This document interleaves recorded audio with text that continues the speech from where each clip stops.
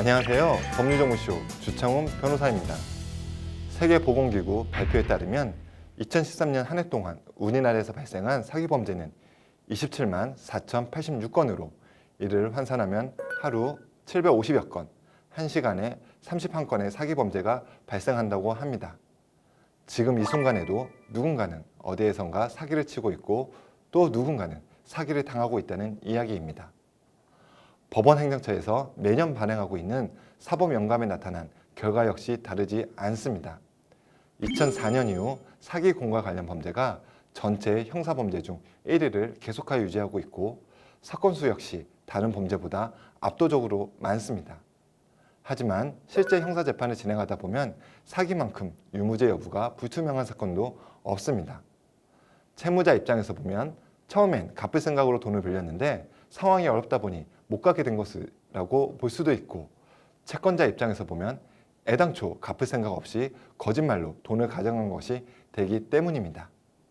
오늘은 제가 실제 변호를 맡았던 사기 사건의 사실관계를 기초로 하여 어떤 경우에 사기죄가 성립하는지 말씀드리도록 하겠습니다.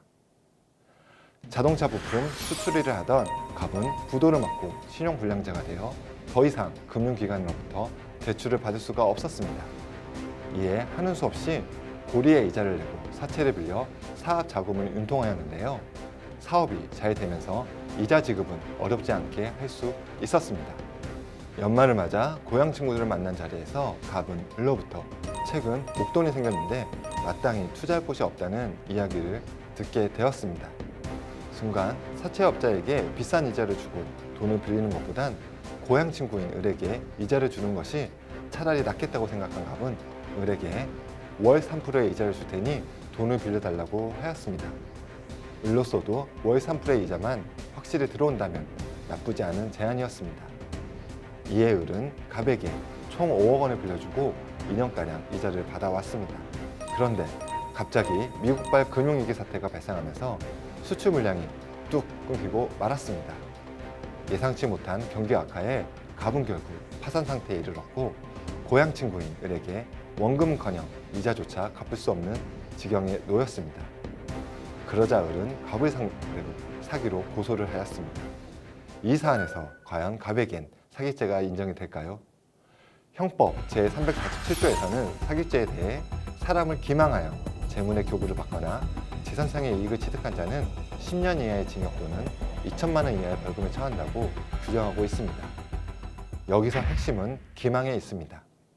대법원은 사기죄의 요건으로서 기망은 널리 재산상의 거래관계에 있어서 서로 지켜야 할 신의와 성실 의무를 저버리는 모든 적극적 또는 소극적 행위를 말하는 것으로서 반드시 법률 행위의 중요 부분에 관한 허위 표시임을 요하지 아니하고 상대방을 착오에 빠지게 하여 행위자가 희망하는 재산적 처분 행위를 하도록 하기 위한 판단의 기초가 되는 사실에 관한 것이면 충분하다고 판시한 바 있는데요.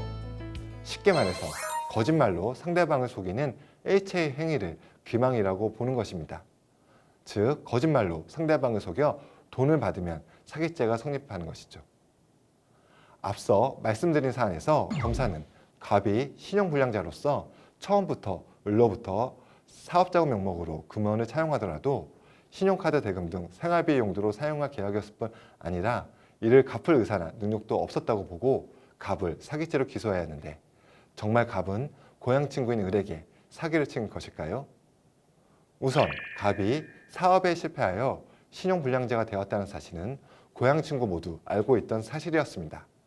즉, 을도 돈을 빌려주기 전부터 갑이 신용불량자라는 사실을 알고 있었는데요.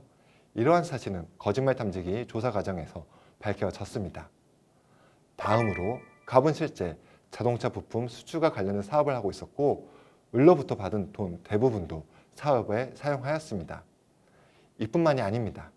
갑은 을로부터 돈을 빌린 다음 2년 가까이 월 3%의 이자를 지급하였고 수차례에 걸쳐 차용증을 작성해 주었습니다. 만일 갑이 애초부터 을의 돈을 사기칠 생각이었다면 2년 동안 이자를 지급하진 않았을 것입니다. 과연 법원의 판단은 어떠했을까요?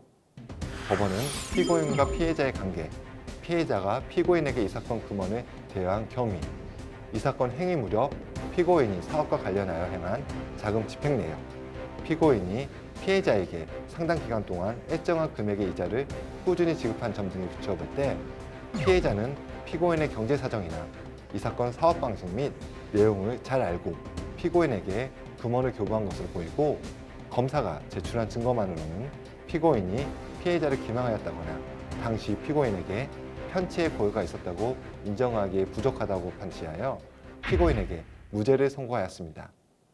하지만 만일 사실관계가 조금만 달랐어도 갑에겐 유죄가 선고되었을 것입니다. 예컨대 정말 피해자가 갑의 신용불량 사실을 몰랐거나 갑이 피해자로부터 받은 돈을 사업에 쓰지 않고 생활비로만 썼다면 말이죠. 이렇게 되었다면 갑의 인생은 180도로 바뀌었을 것입니다. 즉, 난생 처음 구속이 되었을 가능성이 매우 높습니다. 실무상 사기죄로 유죄가 인정되는 경우 피해자와 합의가 안 되었거나 피해 변제가 제대로 이루어지지 않았다면 법원은 실형을 선고하고 선고 당일에 피고인을 법정 구속하기 때문입니다.